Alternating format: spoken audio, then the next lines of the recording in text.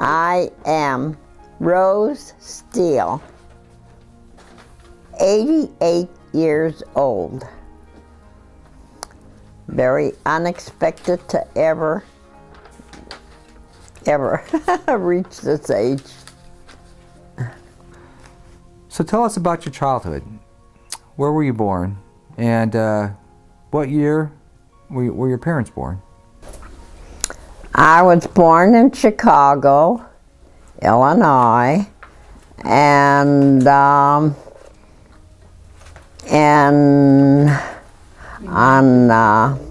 November 23rd, 1913. And at that time, as I recall, we lived in apartments. And I lived with my mom and dad across the street from my grandmother. And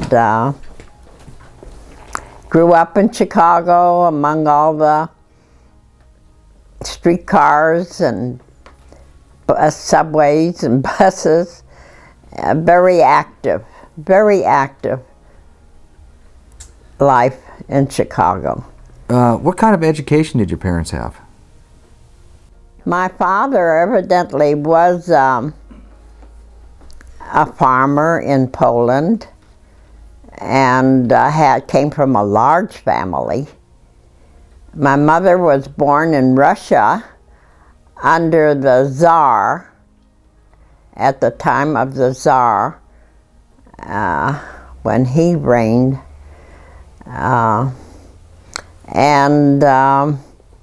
It was my mother lived, I think, near a big city, Kiev. And my mother was the only daughter and had 4 brothers. So there was 4 boys, 1 girl, who got spoiled by her brothers. What childhood experiences did you experience with them? Well, they had a hard time trying to get to America, but I think my grandmother had wealthy family who helped. That one uncle at a time came to America. My grandmother said she'd never, ever ride in another boat or ship or anything. But such time there'd be airplanes or anything, she'd go on that. And there was no such a thing as an airplane at that time. And yet she did mention it. So my grandmother was a smart lady.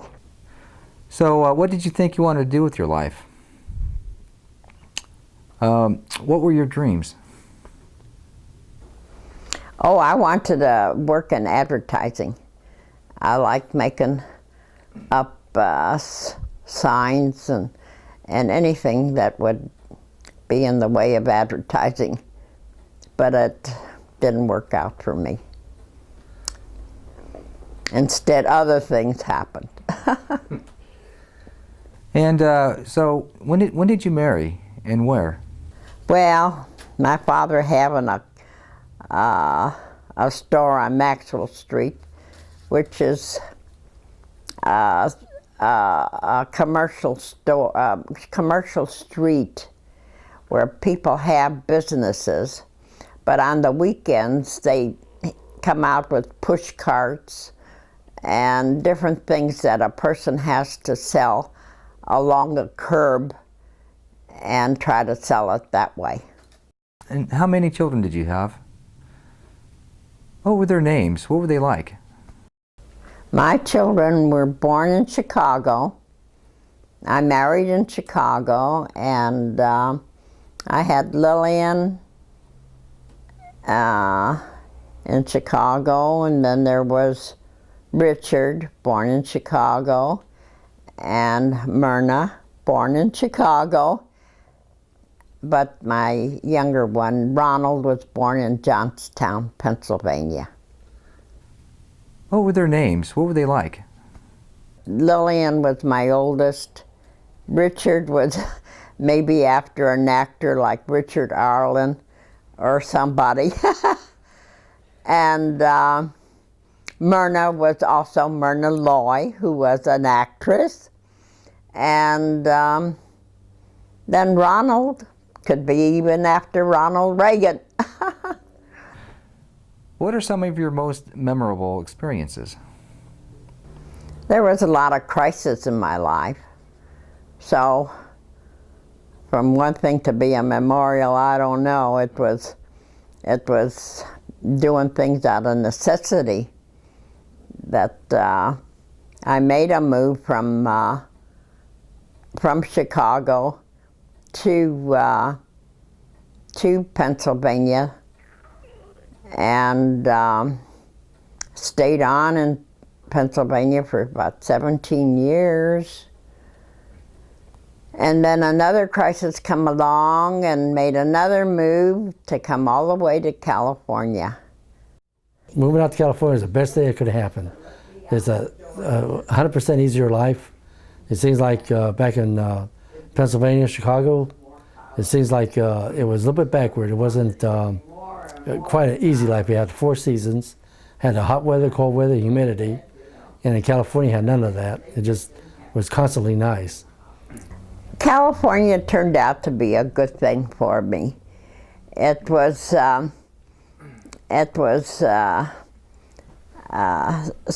that I thought would be best for my children, who would have better opportunities in California compared to Johnstown. That was a much smaller city, was limited, and I thought it would be better even for me to be able to work at a better job to provide for my children. And to say a remarriage or looking for a man, which I didn't, but when one came along and insisted, you do the next best thing and they hope it's all right, which marrying Fred was a good thing, and he provided, and we had a good life.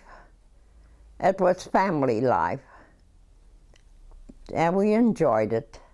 We did. I had a poor life in Pennsylvania. I had to shovel coal and shovel ashes, run home to shake up the stove in wintertime so the house stays warm.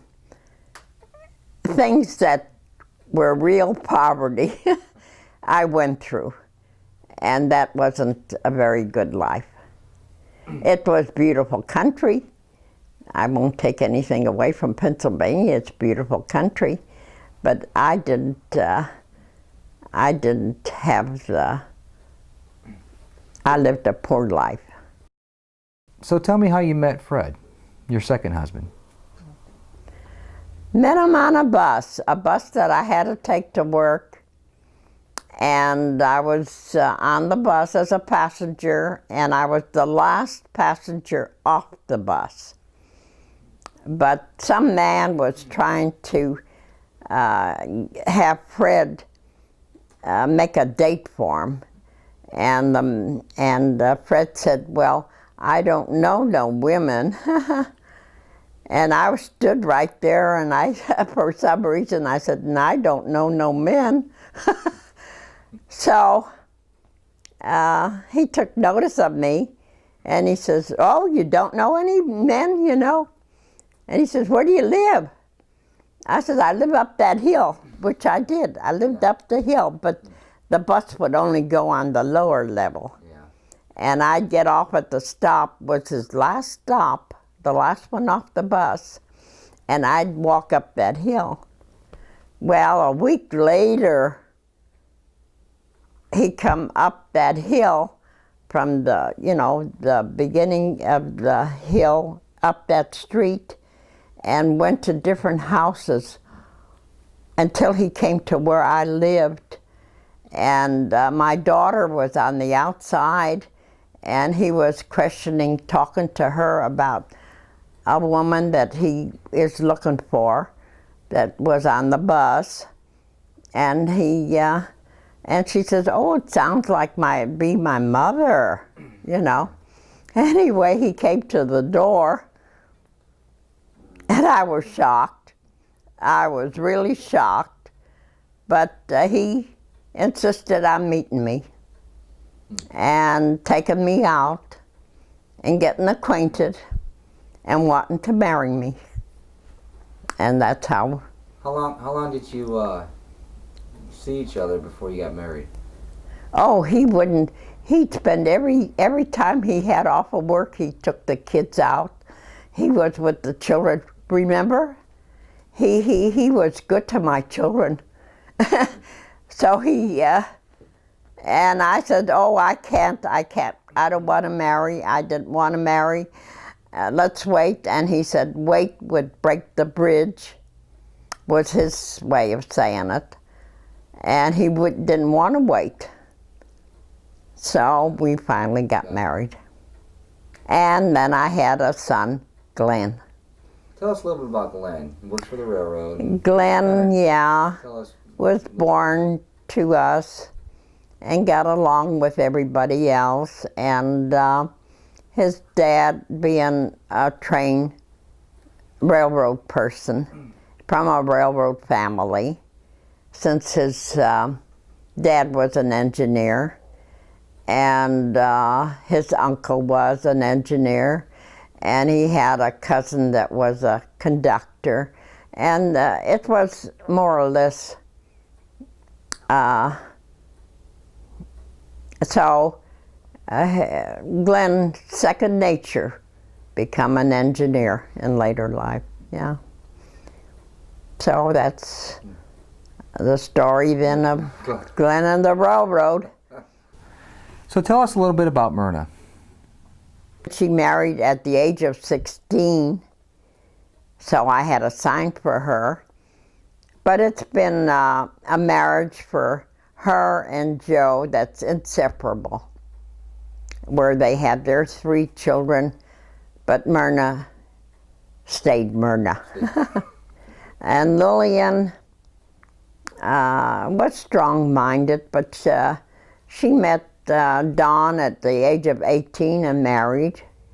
And they believed in different religions until all their life, it's been a different religion.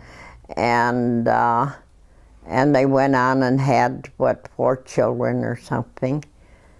Richard, my dreamer, to this day in his 60s, he's still considered a dreamer with high hopes and all good wishes that everything is going to be fine and dandy.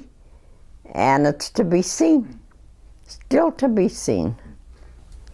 Ronald, smart and knowledgeable, and even in his own education-wise, in learning things. He's part genius for the fact of what he knows, what his knowledge is, in the class of Howard Hughes. And his boss at the time came down and told Ronald that he was one of them. Shook his hands to say that he considered him to be a genius in his profession. Tell us about some of your own memories during some national events. Well, it didn't touch me in any way. None of my children, nobody I knew outside of my brother who was in Chicago, was in the service of World War II. And we weren't close in touch at that time, so mostly that I heard about it, but there was no, my husband refused to go to the service, so he made sure he had enough children to keep him out of it. What do you feel has been some of your most satisfying accomplishments? Being that I become old enough to have my mentality and try to guide my children to wherever I can for their sake, and make a happy life, a good life, a healthy life for what's left. So what did you think when you first moved into this house? Well, we were looking for a house. After I married Fred, we did buy a house, but the neighborhood was changing, so we thought it would be best to move somewhere else. So we were looking, and I come to the house that I was looking for wooden floors and something that was elevated from the ground. It wasn't ground level. And just to be comfortable. Nothing too big, but enough to be comfortable. And when I saw this house, we both liked it and bought it. What changes have you seen that you would like to explain to others? That's hard. To each their own. To whatever their beliefs are, they can follow it to their... I'd never try to change anybody. I had my own ideas of beliefs, and narrowed it down to what's left is memories, just memories. If you had to do things differently, what would you have done? You don't have the knowledge to do anything differently. Things come along and you do them, sometimes without thinking, being forced in a situation. Make the best of the situation and live your life accordingly, which I lived for my children for many, many years. I lived for my children. Well, she's been a great mom. Luckily she's lived this long to be a great mom. That's nice. And we still enjoy her. She's still temperamental, but she's still alert and alive, and thinks good, and coping with old age. I remember the spankings I got. She wasn't a nice mom. If I wasn't good, I felt it. No, she was not afraid to spank us, and she did do that. But it worked. It caused us to be thinking about rights and wrongs. And believe it or not, that's the same way I try to teach my family, Rex and Bob and the rest of the family, teaching them right from wrong. Let them decide. And they made the right decisions. I'm happy. I hope Bob and Rex both realize how fortunate they are to have had a grandmother like Rose. Since logistically my parents lived on the other side of the country, they really never knew them. Bob only met them a couple of times when he was a teenager. And Rose has been a wonderful grandmother. She's been really rounded out the family. And they've both been so fortunate, and shall always be very grateful for that. Tell us what you think, some good times you remember about with being with Grandma and some fun times you had together.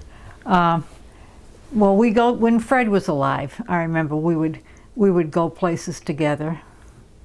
And Fred liked trains, so I remember going to Griffith Park when they had the little train rides, and Bob, I have a picture of you, or maybe 3 or 4, riding around that track in Griffith Park. And I remember going to San Diego when Lil lived down there. And we did go, and we would come over here a lot on Sundays. It was family. And that's what families are all about.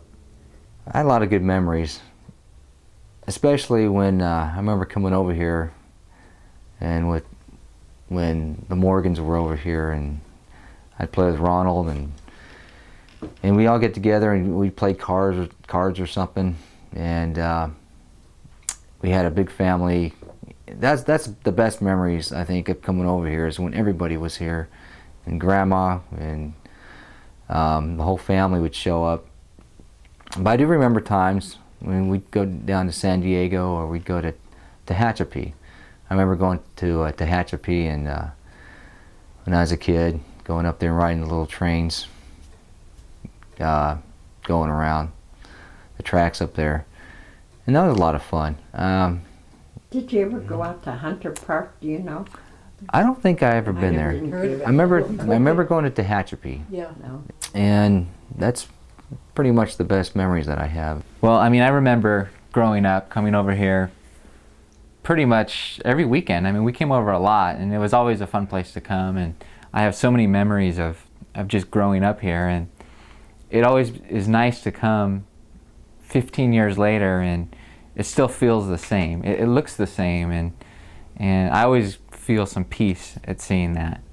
As for my grandma, she always has a way of making things so that you can understand. It's a logic I've always understood, and I've always taken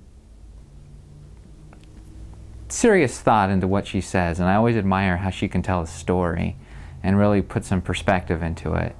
And that's kind of been something that's always meant something to me, and that's what I've always really enjoyed about coming over here. In 1986, we rented a motorhome, and it was my grandma, Fred, my dad, Glenn, and Kara.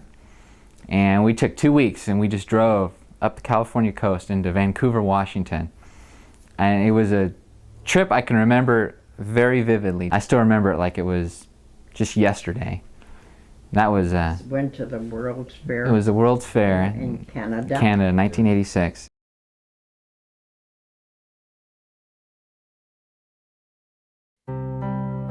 Make the best of the situation and live your life accordingly, which I lived for my children for many, many years. I lived for my children.